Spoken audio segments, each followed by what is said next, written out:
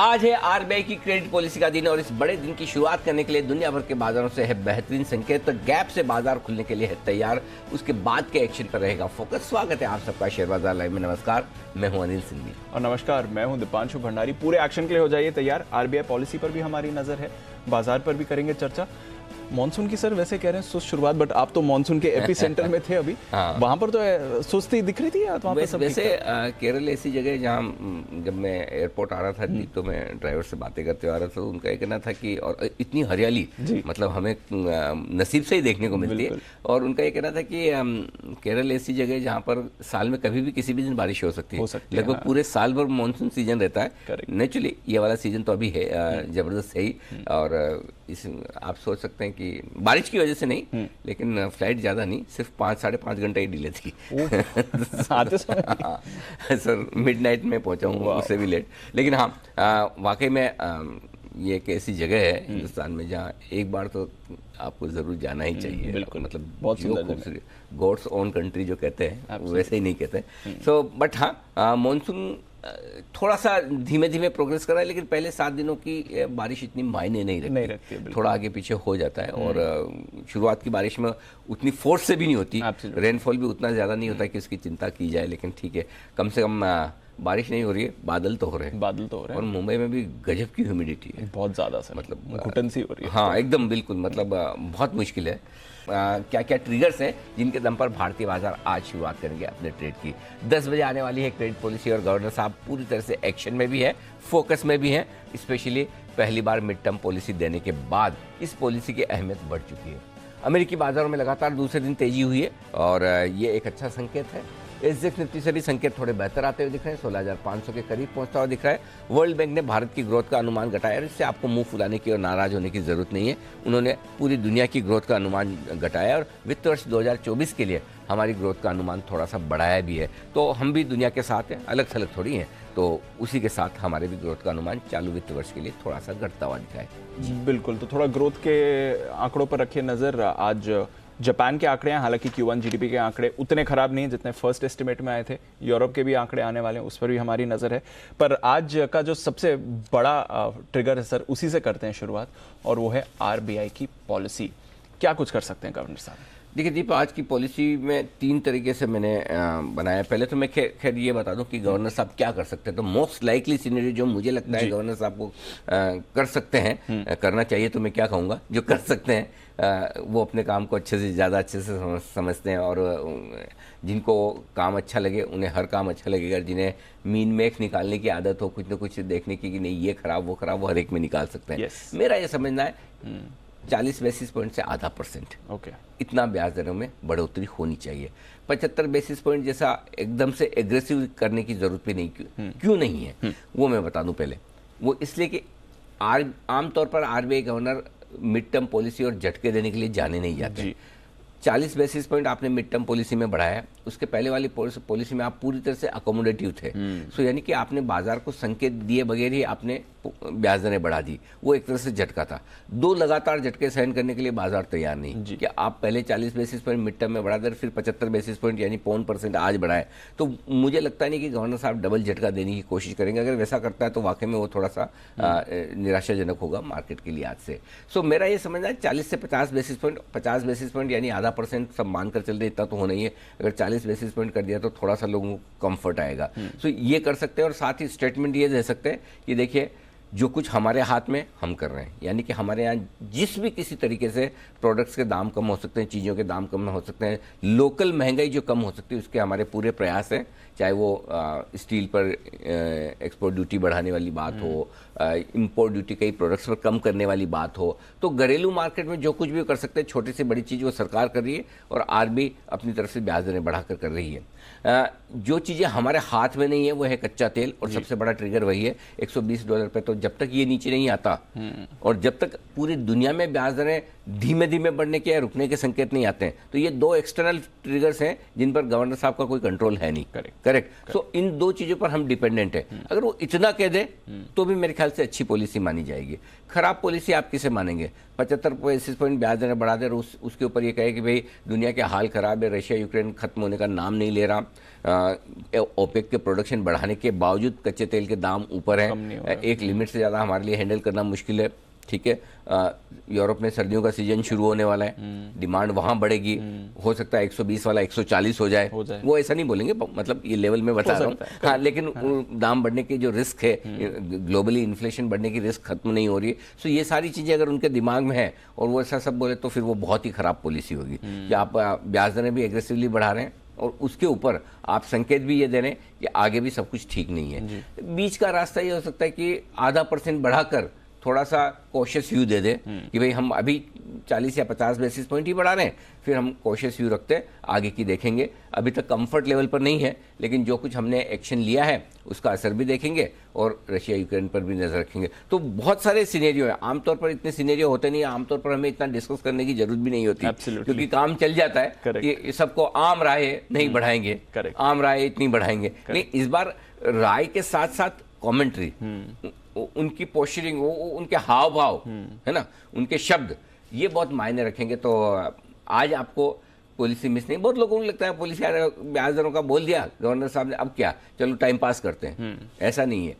आज की पॉलिसी और पॉलिसी के बाद के स्टेटमेंट को आप ध्यान से सुनिएगा, ये सीखने के लिए एक बहुत अच्छी चीज होगी कि कभी ऐसा तो सोचो कि आपको आरबीआई गवर्नर बना दे तो आप क्या करोगे, आप क्या समझोगे। ये सीखने वाली चीज है। तो आज की पॉलिसी में इतने बड़ी चुनौतियों के बीच आरबीआई गवर्नर साहब किस तरह की बात करते हैं, किस तरह का एक्शन लेते हैं, ये आपके हमारे लिए सबके लिए सीखने वाली बात होगी। तो इस लिहाज से पॉलिसी इंपॉर्टेंट है। अब दीप, आज मैंने इंटरेस्टिंग चीज की है थोड़ी सी पॉलिसी के लिहाज से। मैंने 3 सिनेरियो बनाए और उन 3 सिनेरियो में बाजार का एक्शन रिएक्शन कैसे हो सकता है वो एक बार मैं पहले आपको बता दूं, ताकि फिर हम पॉलिसी से आगे बढ़कर दूसरे मुद्दों पर बात करेंगे।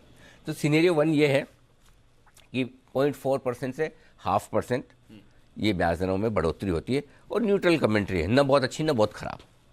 ठीक है, न्यूट्रल का मतलब सावधान है, बहुत कॉन्फिडेंट नहीं है, बहुत निराशावादी भी नहीं है। चिंता ये है कि दुनिया की ब्याज दरें और कच्चा तेल, जोश ये है या कॉन्फिडेंस ये है कि हमारे अपने एफर्ट्स।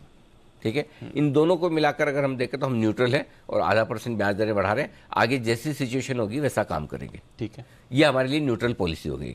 ठीक है, ऐसी सिचुएशन में निफ्टी नीचे में 16,350 और ऊपर में 16,600 इस रेंज को ट्रेड करेगा, ना इसके नीचे जाएगा ना इसके ऊपर जाना चाहिए। लगभग ज़्यादा से ज़्यादा 16,650 इस रेंज में रह जाएगा। बैंक निफ्टी 34,800 के नीचे नहीं जाना चाहिए और 35,275, ज़्यादा से ज़्यादा 35,350, ये रेंज में न्यूट्रल सी पॉलिसी में, जहाँ न कुछ खराब बोला न कुछ अच्छा बोला, ये हो जाएगा। अब आइए सिनेरियो 2, जिसमें मतलब बहुत ही खराब कर दे वो, 0.75% बढ़ा दे ब्याज दरें और कमेंट्री भी बड़ी खराब बोले कि और डर लग रहा है, तो नेचुरली फिर तो नीचे ही जाना है आपको, ऊपर तो जो पॉलिसी के पहले होना हो जाएगा। एग्जैक्टली। तब आपके लिए इंपॉर्टेंट सपोर्ट रेंज जो निफ्टी की निकल कर आएगी वो आएगी 16,175 से 16,250, वहाँ तक का रास्ता खुलता है।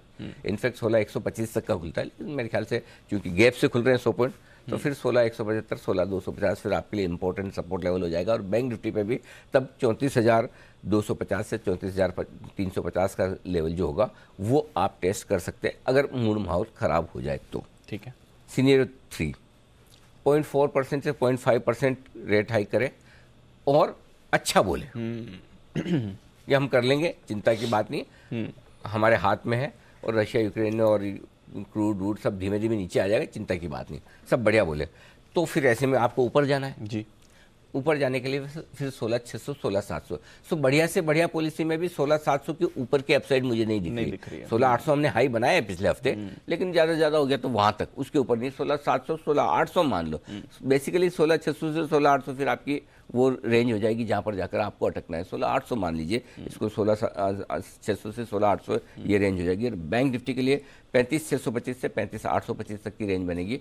हो सकता है 36,075 तक भी पहुंचे, तो ये ऊपर की रेंज बनेगी अच्छी पॉलिसी के केस में आज के लिए। समझ गए। तो ये मैंने 3 सिनेरियो इसीलिए दे दिया ताकि पॉलिसी कैसी रही, और जैसे गवर्नर साहब अपनी स्पीच खत्म करेंगे मैं बता दूंगा आपको। और वो तो फिर मैं क्या बताऊँ, मार्केट ही बता देगा तब तक।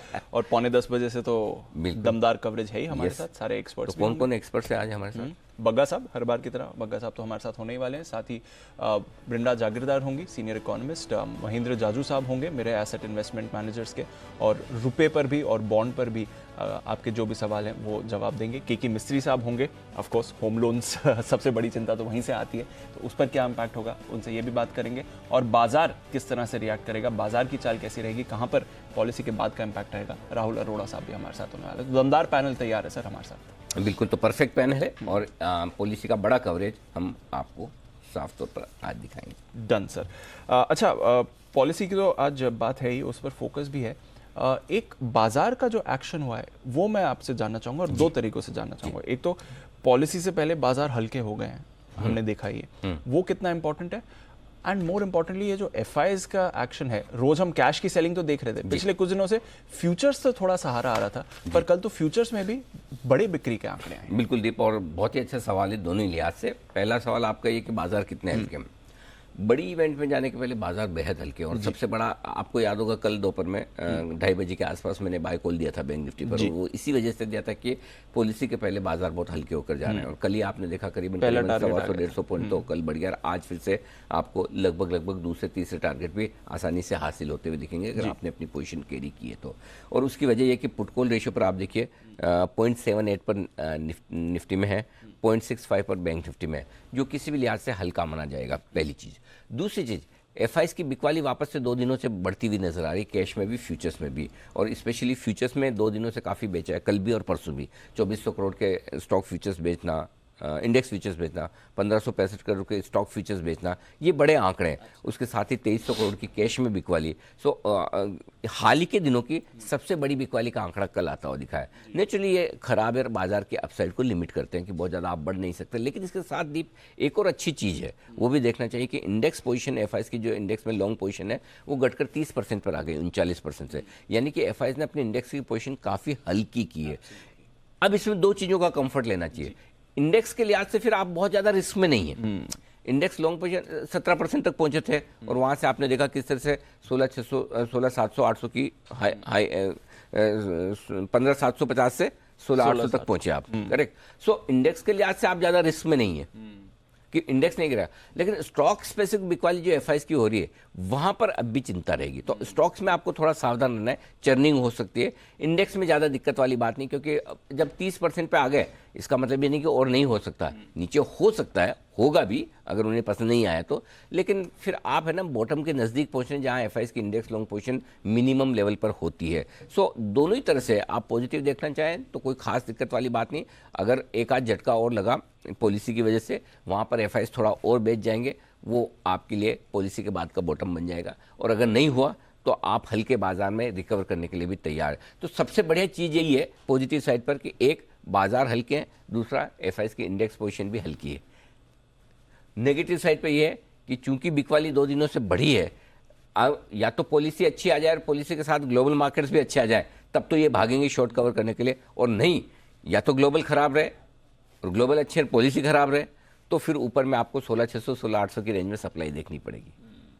सो आपको पॉलिसी के बाद का एक्शन वो इंपॉर्टेंट, वो ज्यादा इंपॉर्टेंट। जी जी, ठीक है सर। बट पॉलिसी के पहले हम सेट है, हम सेट हैं। हाँ। और हम क्या सेट है, पूरी दुनिया से आप देखो जरा, एक बार दिखा दें एशिया। हाँ, एशिया अरे सब 1-2% ऊपर है, हम तो कुछ भी नहीं है, सिर्फ आधा % है। हांगकांग 2%। हाँ देखो, मतलब कौन सा मार्केट है जो Nikki 1%, Hong Kong 2.25%, 450 point. Even Singapore मैंने देखा था, वो भी काफ़ी मजबूती के साथ ट्रेड कर रहा था। तो सारे बाजार जो हैं एशिया के, वो बेहद मजबूत नजर आते हैं। बिल्कुल, तो अच्छे फॉर्म में है, अच्छे मूड में है बाजार। अब देखिए पॉलिसी पर कैसे रिएक्शन आता है। आइए सर, फिर बताएं आज के संकेत सेटअप। ग्लोबल संकेत पॉजिटिव साइड पर हैं, और अमेरिका में जो तेजी हुई है 350 पॉइंट के आसपास की, अच्छी हुई, डेज हाई पर तेजी हुई है, डे हाई पर बंद हुए, हमारी उम्मीद से कहीं ज्यादा हुई। हालांकि भारतीय बाजारों के बंद होने के वक्त अमेरिकी फ्यूचर्स अच्छे मजबूत थे, 150 पॉइंट ऊपर थे, लेकिन 150 पॉइंट के मुकाबले में काफी ज्यादा बढ़कर आए। तो तेजी अच्छी हुई है। बाकी भी ऐसी कोई खास खबरें अमेरिका में थी नहीं, तो ओवरऑल संकेत ग्लोबल मार्केट्स के पॉजिटिव है। एशिया मजबूत है। एफआईज के संकेत हम डिस्कस कर चुके हैं, नेगेटिव साइड पर ही हैं दीप। घरेलू फंड्स के संकेत पॉजिटिव साइड पर हैं। वायदा कारोबार के संकेत न्यूट्रल है, सेंटीमेंट न्यूट्रल है और ट्रेंड अच्छा हुआ हमने ट्रेंड नेगेटिव ही रखा है, न्यूट्रल नहीं किया। अभी तक बच्चे 7 दिन हो गए दीप, इंतजार कर रहे हैं कि कब ट्रेंड न्यूट्रल से नेगेटिव से न्यूट्रल हो, लेकिन होने का नाम नहीं ले रहा। 16,700 के ऊपर बंद करवाइए, ये चाहिए। अब आइए आज के लिए बड़े सपोर्ट जोन बता दूं। 16,265, 16,350 निफ्टी पर तुरंत प्रभाव से सपोर्ट का काम करेगा ये, और इसके नीचे जाने पर 16,125, 16,200 खरीदारी की मजबूत जगह होगी। ये होगा तो पॉलिसी के बाद ही, अगर हुआ तो ऊपर की तरफ कितना जा सकते हैं, 16,525, 16,575 ऊपरी रेंज होगी, और बिकवाली के लिए 16,600 से 16,675 ये रेंज होगी। एक चीज़ दीप कहना चाहता हूँ, पॉलिसी कितनी भी खराब आ जाए, बहुत गिर भी जाए, तो भी नीचे के लेवल पे लेना ही है। अच्छा, हाँ, ओके। ये मार्केट आप तभी ट्रेड कर पाएंगे जब जब आपको लगेगा कि मार्केट नीचे ब्रेकडाउन देने की कोशिश कर रहा है, वहां से एकदम घुमाएगा और आपको लगेगा अरे हमें तो लग रहा था आज ब्रेकडाउन हो गया, और जहां आपको लगेगा कि अब ये ऊपर भागने को अच्छी तेजी के लिए तैयार है, वहां से रिवर्स करेगा। बहुत परफेक्ट ट्रेंड वैसा ही दिख रहा है, टिपिकल रेंज माउंट मार्केट का बड़ी रेंज में वोलेटाइल होकर। सो मुझे लगता है कि या तो डाउ 33,500 के ऊपर निकल कर टिक जाए तो नई रेंज में डाउ निकलने की कोशिश करेगा, वो भी वहां पर आके बार बार अटक रहा है डाउ भी, आप देखिए।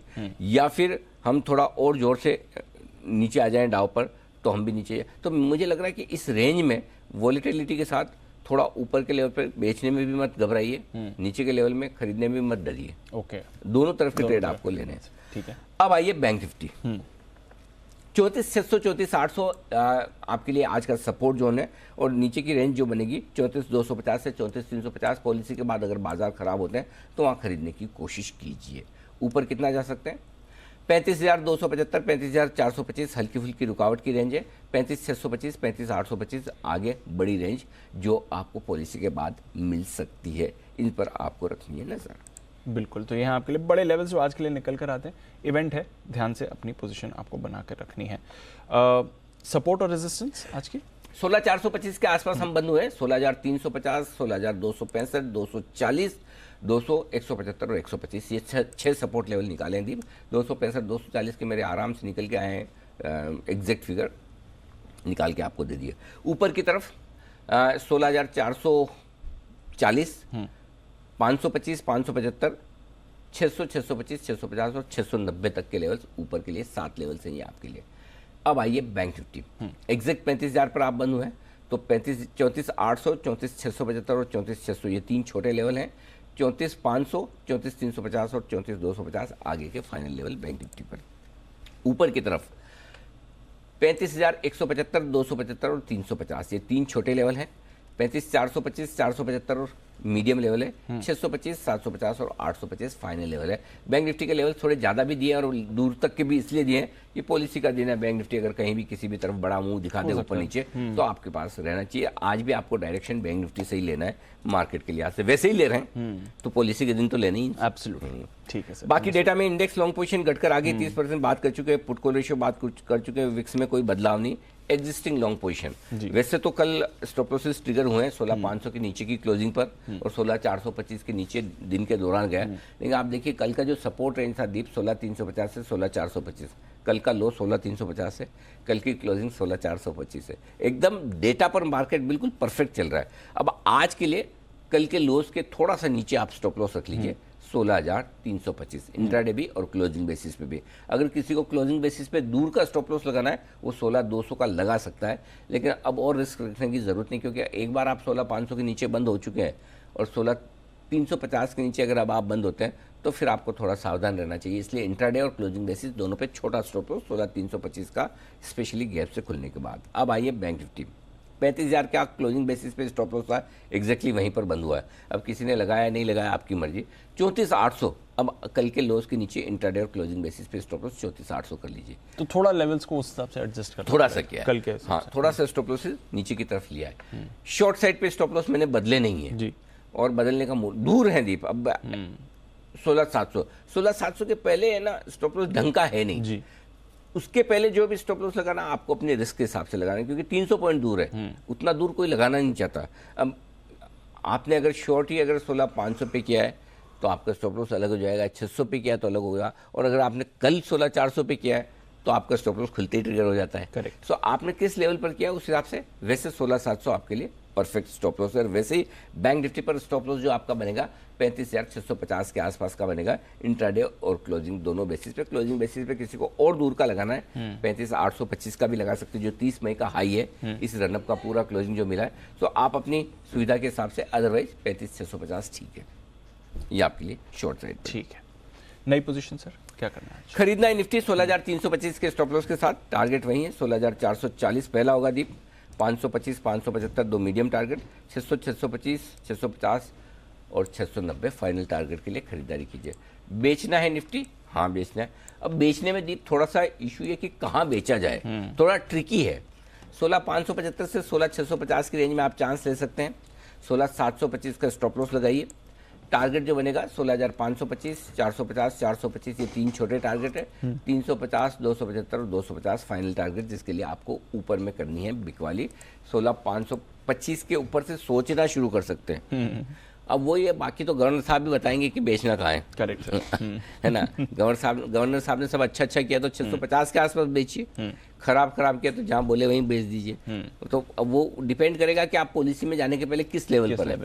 तो वो मैं आपको 9:45 पे बताऊंगा पॉलिसी शुरू होने के पहले। एक बार और एक्स्ट्रा बता देंगे 9:40 के आसपास कि पॉलिसी के बाद में आपको किन लेवल्स पर नजर रखनी है। ठीक है, 9:08 पे तो बताएंगे खैर। अब आइए बैंक निफ्टी, कल के लोस पे स्टॉप लॉस लगाइए 34,800 पे खरीदिए।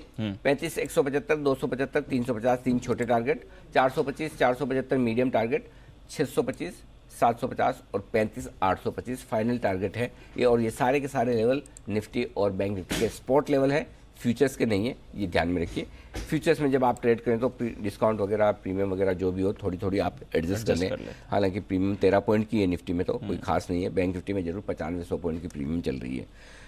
बेचने में यहाँ भी ट्रिकी है दीप। एक्चुअली मैं बताऊँ, बेचने का कॉल है ना प्रॉपर बन नहीं पा रहा। कि बन नहीं पा रहा से मतलब ही नहीं कि बेचना नहीं है, कहाँ बेचना है ये प्रॉपर नहीं बन पा रहा। क्योंकि अगर समझो पॉलिसी अच्छी आ गई, अभी मैं कह रहा हूँ 35,475 से 625 की रेंज में बेचे। पॉलिसी अच्छी आ जाए 800 तक पहुंच जाए तो पॉसिबल है, खराब आ जाए तो 475 भी ना पहुंचे तो।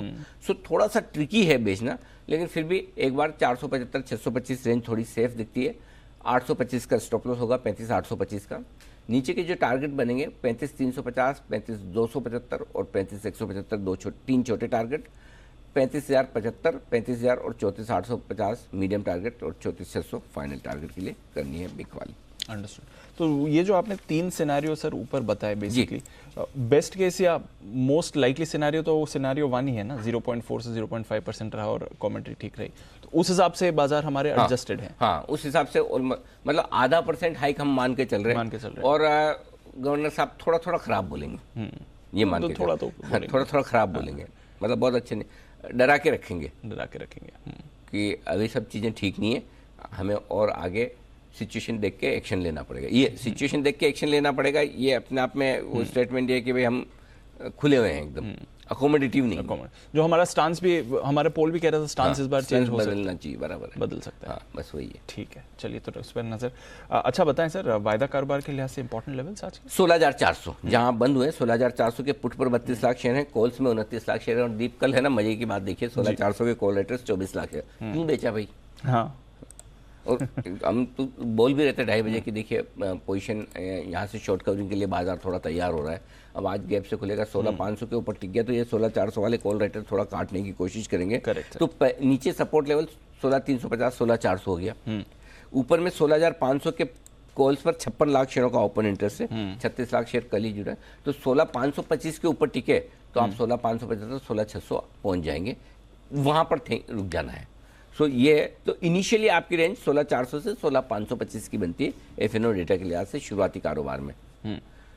ने 16,400 तोड़ेंगे और प्रिसाइजली 16,425 16,525 वहीं पर, ये 100 पॉइंट की रेंज है। 16,525 के ऊपर 575 600 जाएंगे, जिसकी संभावना ज्यादा है, राइट, क्योंकि हल्के बाजार है, गैप मिल रहा है। पॉलिसी के पहले कोई भी आदमी लॉन्ग या शॉर्ट में कम रहना चाहता है, और आपने लोअर लेवल पे शॉर्ट किए।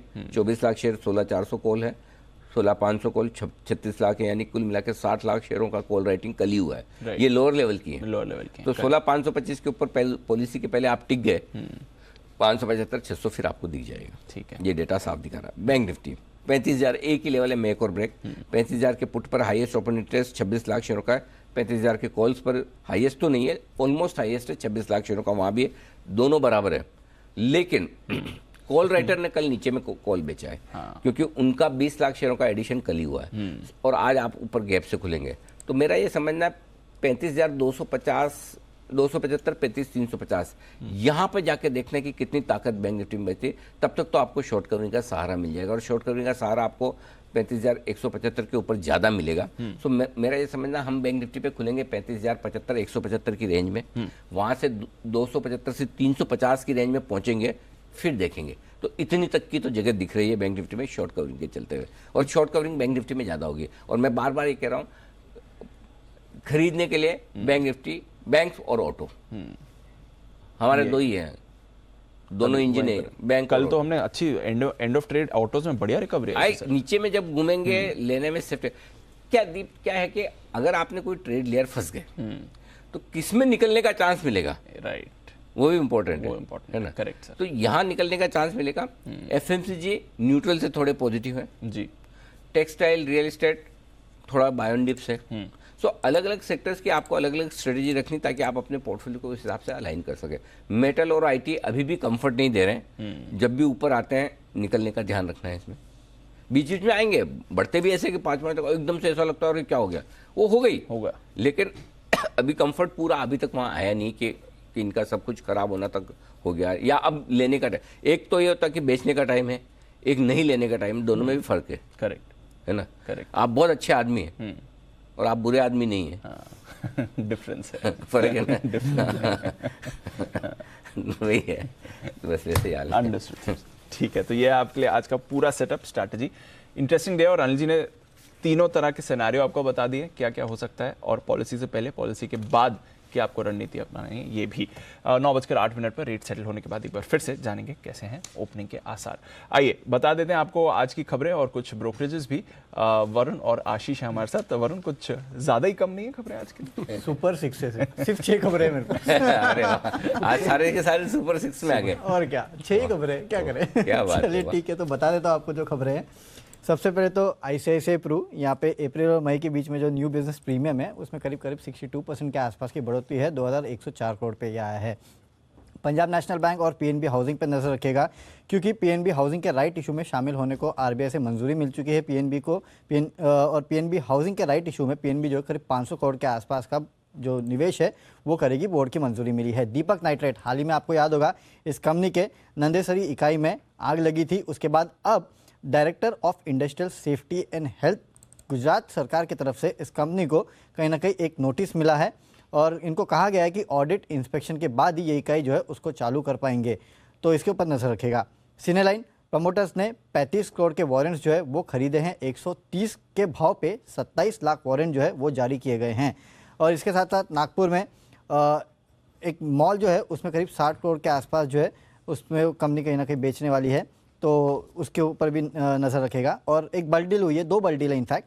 उत्तम शुगर में प्रमोटर्स ने यहाँ पे हिस्सेदारी बेची है। राजन अधलखा ने करीब 0.604% के आसपास की हिस्सेदारी जो है वो 3 जून से 6 जून के बीच में बेची है। और फीएम इंडस्ट्रीज़ यहाँ पे सेफ इंडिया एफआईआर होल्डिंग ने कुल 1.6 लाख शेयर जो है उनको बेचा है, 1038 के भाव पे ये बिकवाली की गई है ओपन मार्केट में। तो ये है आपके लिए सारी की सारी आज की खबरें। खबरें थोड़ी कम हैं बट कुछ इंटरेस्टिंग रिपोर्ट्स आई हैं। आइए ब्रोकरेजेस क्या कह रही हैं ये जान लेते हैं एफआईआर में।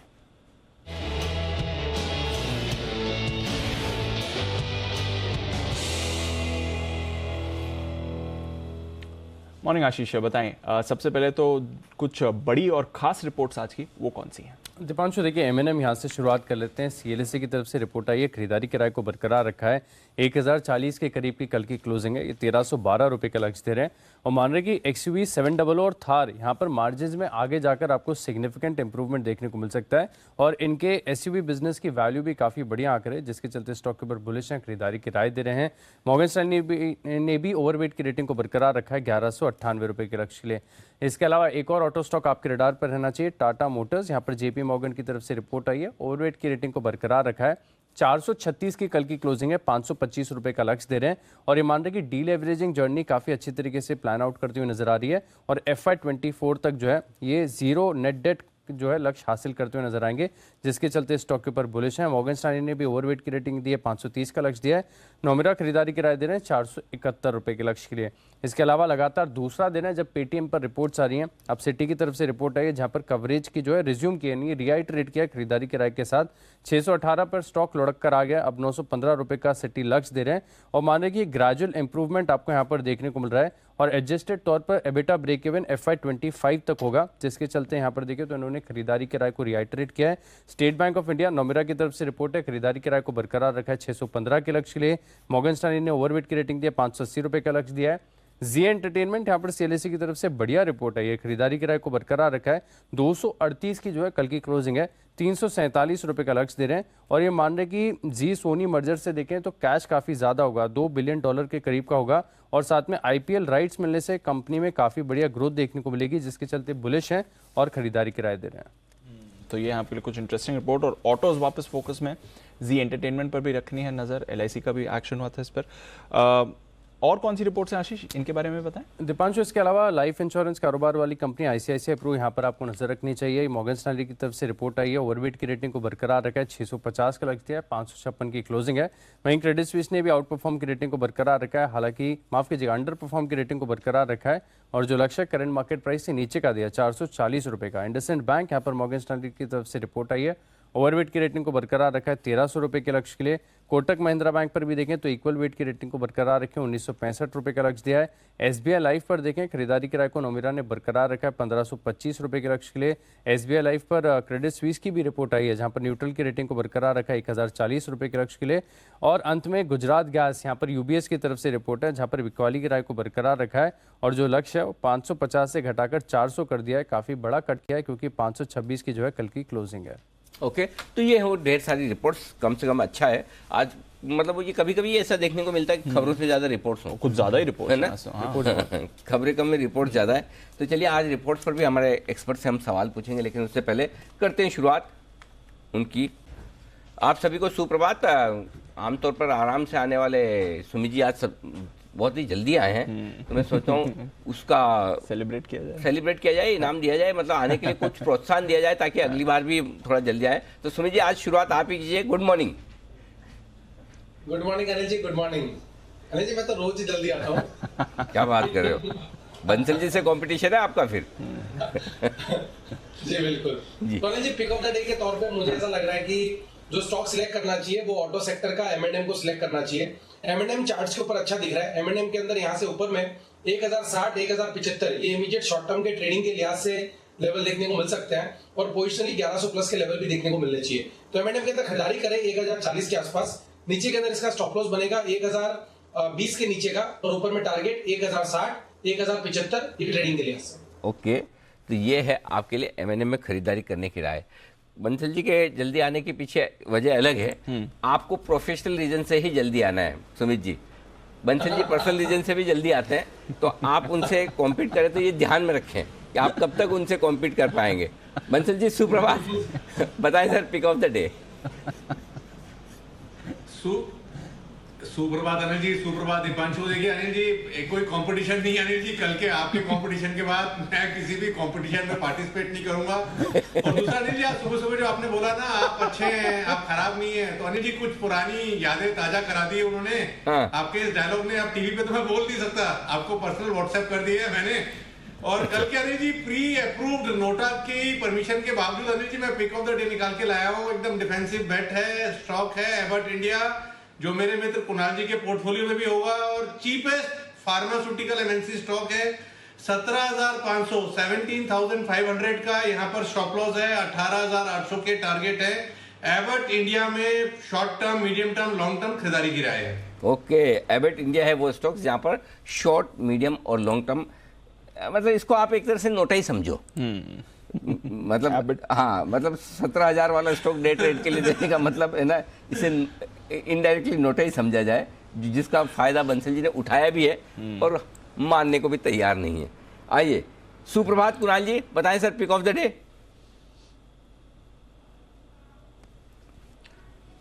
सुप्रभात अनिल जी, सुप्रभात दीपांशु। अनिल जी आप यहाँ कर क्या रहे हैं ये बताइए अनिल जी। अनिल जी आपको तो पार्लियामेंट में होना चाहिए, किसी राज्य का मुख्यमंत्री होना चाहिए अनिल जी। अरे भाई साहब, मतलब आप मेरे वेल विशर, गजब की स्ट्रेटजी आपने लगाई अनिल जी। आप मेरे दोस्त से की दुश्मनों में। अनिल जी भाभी जी के साथ तस्वीरें जारी करके आपने पूरा मैदान मार लिया। नहीं, वो तो पोल का रिजल्ट खत्म होने के बाद वो तो पोलिंग खत्म होने के बाद ही हुआ है कुणाल जी। उसके बाद मैंने कहा कि जिन लोगों ने थोड़े 28-30% लोगों ने जो वोट किया है, पोलिंग 24 घंटे चलनी थी। सॉरी अनिल जी पोलिंग 24 घंटे चलनी थी, आपने उससे पहले ही तस्वीरें जारी की हैं। नहीं, आपने हार मान ली थी ना इसलिए। चलिए, आपको तस्वीरें पसंद आई, धन्यवाद कुणाल जी। लेकिन कभी कभी ऐसा तस्वीरें गजब की हैं। हाँ, धन्यवाद, शानदार अनिल जी। जो जिन्हें कहते हैं ना फ्रेंडली फाइट, ये तो मजा है, नोक-झोंक चलती रहनी चाहिए, मस्ती में। और कल मैं वहाँ शादी में था तो जब काफी लोग आके डिस्कस कर रहे थे, अच्छा, अरे मजा आ रहा है, मतलब सर मजा आता है ये सब चीजों में। नेचुरली क्या है, मूड माहौल मार्केट का ठंडा है, खराब है, नीचे है, तो अल्टीमेटली क्या और ट्रेड करके कितने कर लेंगे आदमी, तो थोड़ा ना लाइवली रहे तो अच्छा लगता है। तो कुणाल जी धन्यवाद, आपने बड़ा स्पोर्टिंग तरीके से मुकाबला किया है, और आपको 28-30% जो भी जितने भी आए हैं उनके लिए बहुत बहुत बधाई। और उसमें मेरा योगदान ज्यादा नहीं है। अरे 32% है अनिल जी, 32। हाँ, तो मेरा 25% का योगदान है, 7% आपके पक्के अपने हैं, उन पे पूरा भरोसा रखिएगा। और बाकी तो मैंने आपको बता ही दिया, देश के लोग आपको कितना चाहते हैं, किस रूप में आपको देखते हैं, आप जान ही चुके। कल बताए sir, pick of the day. Anil ji देखिए, खरीदारी की राय है हीरो मोटोकॉर्प पे, जिस पर कल भी मैंने और राकेश जी ने चार्ट कॉर्नर की कॉल दी थी। अनिल जी चार्ट बहुत अच्छा है, मुझे लगता है अनिल जी आज भी ऑटो काउंटर्स में आपको तेजी दिखेगी। हीरो मोटोकॉर्प करेक्टेड स्टॉक है, कल बुलिश इंगल्फिंग पैटर्न बना जब बाजार क्लोज हो गया उसके बाद, तो यहां पर बाय करके चले और स्टॉप लॉस रखें 2540 पर, 2540 का स्टॉप लॉस रखें। जिस भी दाम पर आपको मिलता है 100 रुपए ऊपर का लक्ष्य रखें। ओके, 100 रुपए ऊपर का, तो अभी तो 2670 का टारगेट लगा देते हैं, बाद में देखेंगे क्या कुछ करना है। मुदी जी गुड मॉर्निंग, बताएं sir pick of the day. Good morning Anil ji, good morning Deep. देखिए, पिक ऑफ द डे में हमने वही स्टॉक चुना है जो कल BTST के तौर पर दिया था। पेट्रोनेट LNG को लॉन्ग करके चलेंगे, बहुत बढ़िया स्ट्रक्चर बनता हुआ नजर आ रहा है। Perfect cup and handle pattern बनाया, उसका ब्रेकआउट कल के सेशन में आया है। आज के सेशन में 238 के टारगेट्स देखने को मिलेंगे, 238 के टारगेट्स के लिए पेट्रोनेट LNG को लॉन्ग करके चलेंगे। स्टॉप लॉस रहेगा 225 का। 225 का स्टॉप लॉस, 238 का टारगेट, पेट्रोनेट LNG खरीदारी करने की राय। अमरीश सर गुड मॉर्निंग, बताएं सर, स्वागत है आपका भी, आपके लिए आपकी पसंद का शेयर आज के लिए। Good morning Anil ji, good morning Deepanshu. मेरा आज का पिक ऑफ द डे है क्रॉम्पटन कंज्यूमर। ये एक लीडर है, डोमेस्टिक फैंस में करीब 29% मार्केट शेयर है, और रेसिडेंशियल पंप्स में करीब 28% का मार्केट शेयर है। डिमांड आउटलुक काफ़ी पॉजिटिव है, मैनेजमेंट काफ़ी ऑप्टिमिस्टिक है about double digit growth other than pump business, क्योंकि पंप बिजनेस में थोड़ा सा चैलेंज है, possibly over the next 2-3 quarters लगेगा इसको नॉर्मलाइज होने में। इन लाइटिंग B2C का in fact that is leading the growth, और B2B में भी देख रहे हैं कि काफ़ी इम्प्रूवमेंट दिखाई दे रहा है। LED पैनल्स करीब 60% ऑफ द रेवेन्यू मिक्स है इस लाइटिंग में, और Crompton is in fact gaining market share. और रिसेंटली इन्होंने बटरफ्लाई गांधीमती इन्होंने पिकअप किया था, सो इसका जो सिनर्जीज है ये शायद FY23 में मिलेगा। और प्राइस हाइक्स भी किया है which has been absorb by the market decently well. Cost control में I think they were the leaders in that space, and I think that will also get push to Butterfly also, वहाँ भी cost control होगा, सो margins should improve. और अभी with this portfolio and retail footprint और synergies kicking in, मुझे लगता है कि FY24 में इसका जो EPS है करीब 12 रुपये का होगा, and with this I have a long term target of 480। Okay, तो 480 का लॉन्ग टर्म टारगेट है। बटरफ्लाई गांधीमती का एक्विजिशन भी अब इंटीग्रेट होगा, उसका भी इन्हें फायदा मिलने वाला है, तो ये आपके लिए एक काउंटर है, नजर रखिए अमरीश सर की तरफ से। आइए कुछ और स्टॉक्स जहां पर आपको रखनी है नजर और एक्शन बनते हुए दिख सकता है। PNB और PNB हाउसिंग दोनों पर रखिए नजर। आपको याद होगा पीएनबी हाउसिंग राइट्स इशू आ रहा था, उस मामले में सेबी ने रोक लगाई गलत प्राइसिंग को लेकर। उसके बाद कुछ संशोधित रूल्स भी आए, अब दोबारा राइट्स इशू को भी मंजूरी मिल गई है और पीएनबी इस राइट्स इशू में हिस्सा भी ले सकता है। करीब 500 करोड़ का निवेश राइट्स इशू के जरिए पीएनबी करेगा, उसको भी मंजूरी मिल गई। तो ये दोनों काउंटर्स भी आज फोकस में रहेंगे। पहले एक पीएनबी हाउसिंग पर राय ले ली जाए सुमित जी की तरफ से और फिर पीएनबी पर करेंगे चर्चा। Sumit ji, PNB housing. दीपांशु, देखिए स्टॉक का स्ट्रक्चर तो वीक है, कंटिन्यूसली गिरावट ही है, लेकिन हाँ पुल बैक बाउंस बैक के संकेत जरूर मिल रहे हैं। लास्ट 2 दिनों में थोड़ा सा नीचे के लेवल से बाइंग आई है, तो पीएनबी हाउसिंग के अंदर यहां से ऊपर का बाउंस देखने को मिल सकता है, जिसमें 345 रुपए से लेकर 350 रुपए तक का मूव इमीडिएटली देखने को मिल सकता है। 350 के ऊपर सस्टेन करता है क्लोजिंग बेसिस के ऊपर, तो इसमें एक बढ़िया मूव बनेगा, नहीं तो ये इमीडिएट 345-50 के आसपास वापस से रेजिस्टेंस फेस करेगा। और नीचे में जो सपोर्ट है 315 के पास है, 315 के लेवल टूटेंगे तब और गिरावट आएगी।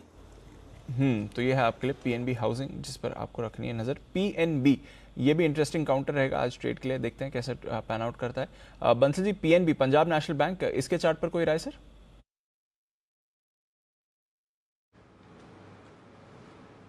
दिपांशु, पीएनबी का टेक्निकल चार्ट देखें तो ओवरसोल्ड टेरिटरी के अंदर स्टॉक है और यहाँ पर एक चीज इंपॉर्टेंट है कि 30 रुपीज 90 पैसा 31 रुपए 25 पैसे चल रहा है, तो 30 रुपीज 90 पैसा एक अहम सपोर्ट है। जिनके पास है स्टॉप लॉस के साथ बने रहने की राय है। और दीपांशु, साथ में यहाँ पर 32 रुपीज 50 पैसा 32 रुपए 50 पैसे के स्तरों पे नजर रखनी चाहिए। 32 रुपए 50 पैसे के ऊपर निकलेगा तो काफी समय बाद स्टॉक तेजी के अंदर आएगा, तो 32 रुपए 50 पैसे के ऊपर फ्रेश खरीदारी की राय होगी। तो पीएनबी हाउसिंग दोनों ही आपके रेडार पर रहने चाहिए, ये काउंटर्स भी रिएक्ट करेंगे। आईसीआईसीआई प्रू, अमरीश सर आपसे राय लेना चाहूंगा। कल ट्रेड में काफी एक्टिव हो रहा था ICICI Pru, new business premium में 62% की ग्रोथ हमने आती हुई देखी है। एसबीआई लाइफ और एचडीएफसी लाइफ भी थोड़ा थोड़ा ट्रेड में एक्टिव हुए हैं। वापस समय आ गया sir insurance stocks, specially life insurance stocks देखने का। एलआईसी ऑफ कोर्स थोड़ा दबाव में है, बट ये जो बाकी इंश्योरेंस स्टॉक्स हैं इनफैक्ट प्रीमियम्स भी बड़े हैं, and specially after the sort of losses जो उन्होंने देखा है लास्ट 2 साल में बिकॉज ऑफ कोविड, शायद आगे जाके at least the next couple of years वैसे शायद होगा नहीं। And at the same time since premiums भी बढ़ रहे हैं, कवरेज बढ़ रहा है, आई think it's extremely positive for the life insurance companies, और उसमें ICICI prudential should in fact do decently well.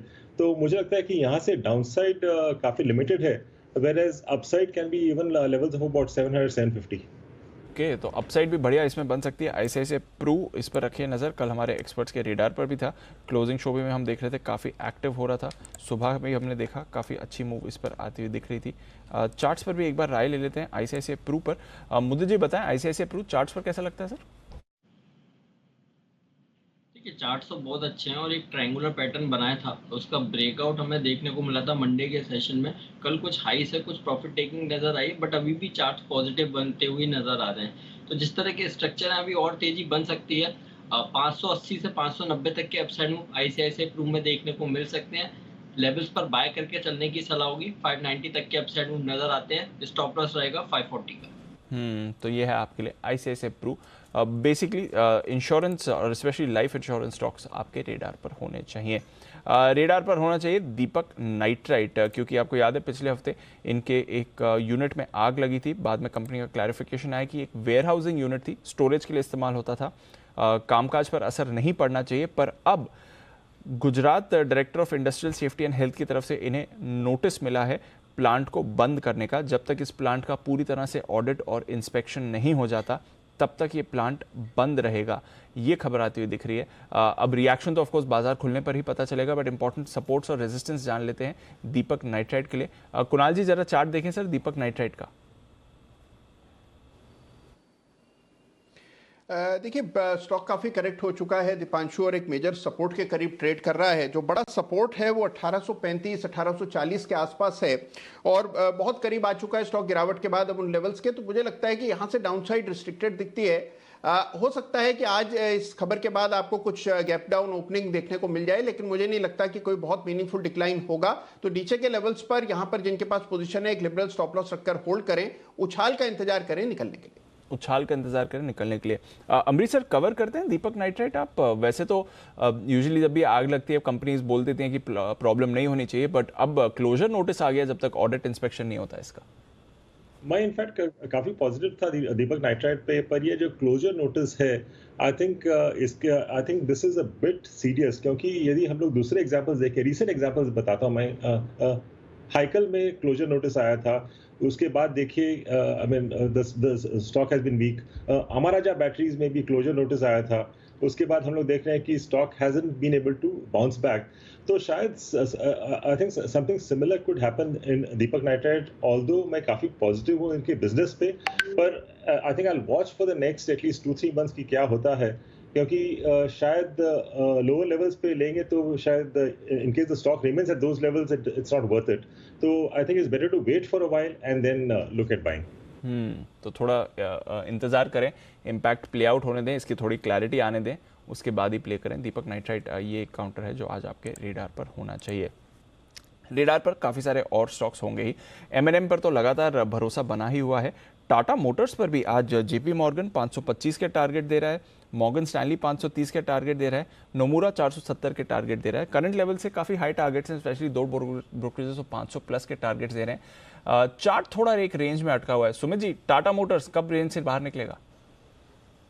जल्दी इसके अंदर मोमेंटम बनेगा दीपांशु। ऑटो सेक्टर के अंदर मूव स्टार्ट हो चुका है और टाटा मोटर के अंदर जैसे ही ऊपर में 440-445 का लेवल निकलता है और उसके ऊपर क्लोजिंग देखने को मिलती है, तो ये आने वाले दिनों के अंदर यानी कुछ हफ्तों के अंदर और 1-2 महीनों के अंदर एक अच्छा मूव ऊपर की तरफ दिखाएगा, जिसमें 475 से 500 रुपए तक के लेवल देखने को मिलेंगे। तो मेरे को लग रहा है टाटा मोटर में पोजीशन होल्ड करे, अब जल्दी इसके अंदर ब्रेकआउट आने वाला है। तो ये है आपके लिए टाटा मोटर्स, जल्दी ब्रेकआउट आने वाला है। अमृतसर लगातार हम देख रहे हैं बाय ऑन डिप्स बना हुआ है ऑटो काउंटर्स पर, और कुछ ऑटो स्टॉक्स तो मार्केट को अच्छी तरह आउट परफॉर्म कर रहे हैं। एक्सपेक्ट करते हैं सर ये कंटिन्यू करेगा, या फिर राइजिंग रेट एनवायरनमेंट है और oil prices, petrol diesel prices record levels पर हैं, तो इवेंचुअली ऑटो पर भी इसका इम्पैक्ट आ सकता है?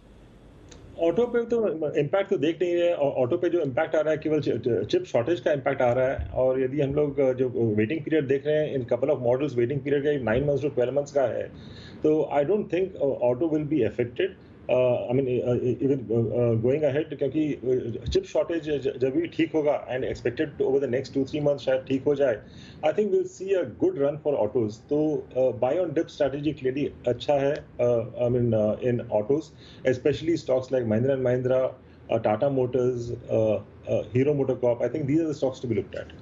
तो M&M, टाटा मोटर्स, हीरो मोटोकॉर्प, ये कुछ काउंटर्स हैं जहां पर आपको रखनी है नज़र। M&M और टाटा मोटर्स पर तो आपने बढ़िया ब्रोकरेज रिपोर्ट भी आप आते हुए देख रहे हैं आज। हीरो मोटो भी रेडार पर रहा है, देखते हैं ये कितना एक्शन यहाँ से दिखा सकता है। नोमुरा को 2770 के टारगेट्स के लिए पसंद है, हालांकि मॉर्गन स्टैनली थोड़ा इस पर बेरिश इस समय है। कल हमने इसमें मूव भी देखी थी। गुजरात गैस कल वायदा कारोबार का टॉप लूजर था ये काउंटर, और काफ़ी ज़्यादा प्रेशर गुजरात गैस में हमने बनते हुए देखा था। मुदुत जी, जरा गुजरात गैस के चार्ट देखें। आज UBS ने टारगेट 400 भी कर दिया इनका। कल की गिरावट सिर्फ शुरुआत है अभी, और वीकनेस देखते हैं इस पर। कौन से इंपॉर्टेंट लेवल्स रहेंगे सर? जी बिल्कुल शुरुआत है और पैटर्न कंप्लीट हुआ है। करीब 575 के आसपास 2-3 चीजें बनती हुई नजर आई हैं। स्टॉक में डबल टॉप पैटर्न बनाया, साथ के साथ 200 डेमा का रेजिस्टेंस मान के स्टॉक में करेक्शन देखने को मिला है। जिस तरह के स्ट्रक्चर बने अभी और करेक्शन आएगी। 490 तक की डाउन साइड गुजरात गैस में देखने को मिलेगी। 490 और 480 सपोर्ट का काम करेगा। अगर कहीं भी 480 के नीचे अगर ये काउंटर फिसल गया तो उसके बाद 450 तक की डाउन साइड देखने को मिलेगी। तो अभी जिस तरह के चार्ट्स हैं 490 तक की करेक्शन तो देखने को मिलती है। तो यहाँ पर अगर किसी के पास ऑलरेडी शॉर्ट है तो कोई दिक्कत वाली बात ही नहीं है। 490 तक के टारगेट्स नजर आते हैं, और अगर लॉन्ग पोजीशन है यहाँ पर एग्जिट करके चलने की सलाह दे रहे हैं।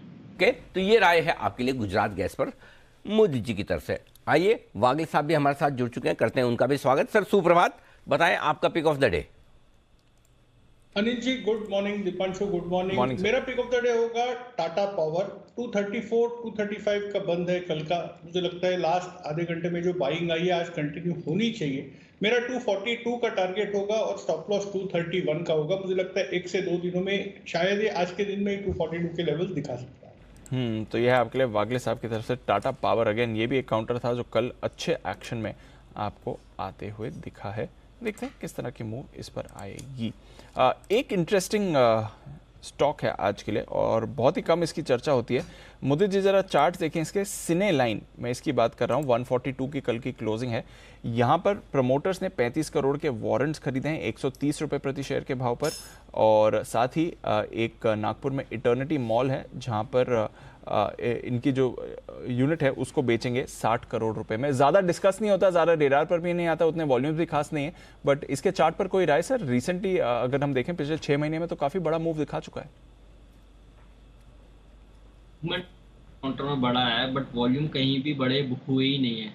20-30 हज़ार शेयर पूरे दिन में काम होता है और उसके बाद जब इतने कम वॉल्यूम के साथ स्टॉक में अगर खरीदारी और करेक्शन देखने को मिलता है तो उसको ट्रैक करना थोड़ा सा मुश्किल होता है। जो चार्ट्स अभी बने हुए हैं, अभी यहाँ से हमें तो लग रहा है कि स्टॉक में और करेक्शन देखने को मिल सकता है। नीचे की तरफ ये काउंटर 125 से 120 रुपए तक की डाउनसाइड दिखा सकता है, क्योंकि मंडे के सेशन में रिवर्सल कैंडल बना और कल के सेशन में वहां से फॉलो अप सेलिंग भी नजर आई है। तो चार्ट्स तो वीक है, यहाँ से और करेक्शन देखने को मिल सकती है।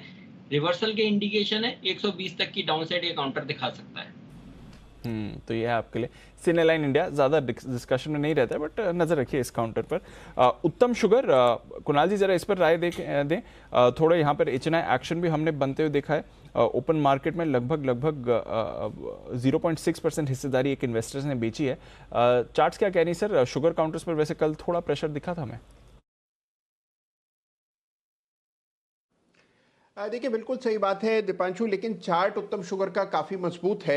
एक रेजिस्टेंस जोन है जिसके करीब अब ये स्टॉक काफी बड़ी तेजी दिखाने के बाद आ चुका है और ये रेजिस्टेंस लगभग 310 से 320 के बीच में है।